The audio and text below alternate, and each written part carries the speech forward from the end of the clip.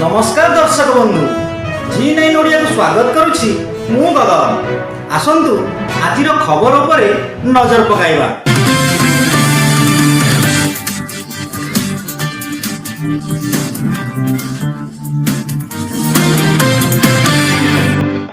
Doctor आंदोलन आज आलोचना डाकिले सरकार पुरी रथयात्रा परिवहन व्यवस्थार समीक्षा बढ़िबो बस संख्या अधिक भड़ा नेले कठोर कार्यानुष्ठान ओडिशा रे स्वतंत्र भोटर तालिका संशोधन 10 वरिष्ठ आईएएस अधिकारी को ईसीआई रो बड़ दायित्व ढेंकानाल रे स्मार्ट मीटर को नहीं हंगामा लोकंक तीव्र विरोध भांगिदेले मीटर और विद्युत बक्स पुरी रथयात्रा प्रस्तुति जांच करेंगे मुख्यमंत्री 6 तारिख में गुरुत्वपूर्ण बैठक मधुबाबू पेंशन योजना रे 30 लाख हड़ दुई पीओ तुलामणि जानी और टूना प्रधान को बांधिला विजिलेंस एतपड़ा जंगल पुणी माओ ठाद 6टी देशी बंधुक 8टी डिग्लिंग बोमा 4टी आईईडी जबत चौद्वार मंडल कारागार रे एड्स आक्रांत चिन्ह 5 कैदी एचआईवी पॉजिटिव डाक्तर धर्मघट मध्य अघटन पाटनागढ़ रे 4 वर्षर शिशुर मृत्यु चिकित्सा अभाव अभियोग ढेंकानाल रंजागा 3टी आसे मृत्यु बरयात्री उपरे हेला वज्रपात जणे मृत 2 जण गुरुतर भुवनेश्वर वर्षा आलर्ट रे अग्निशम बाहिनी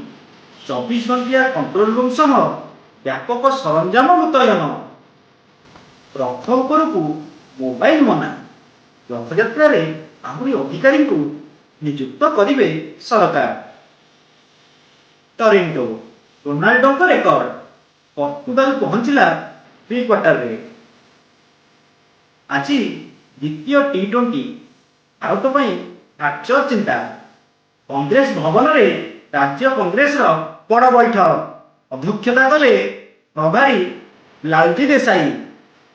कंधमाल गंजेई टाणीबाकू बॉलीवुड बाउला ओडिशा माफिया लिंक रे यूपी झारखंड और छत्तीसगढ़ पंचायत पागबिड़ा तीन दल रे नेतांकर हेलाणी हलचल लड़ीबाकू करुछंती कसरत राम मंदिर दान चोरी मामला प्रथम प्रतिक्रिया देले आरएसएस कठोर दंड मिलवा उचित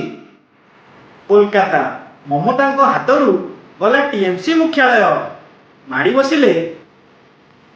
सत्यव्रत बनर्जी टी20 पेट्रोल को नहीं तेजिला विरोध सोशल मीडिया एवं रास्ता को ओह्लैब जन आंदोलन नितिन गडकरी घर आगे धारणा चेतावनी नुआ दिल्ली मध्य प्राच्य को विमान सेवा स्वाभाविक कला एयर इंडिया पाकिस्तान रे 2 जन विदेशी महिला को गण दुष्कर्म उप प्रधानमंत्री इशाक दारा संपर्कीय गिरफ ब्यूरो रिपोर्ट G9 ओडिया।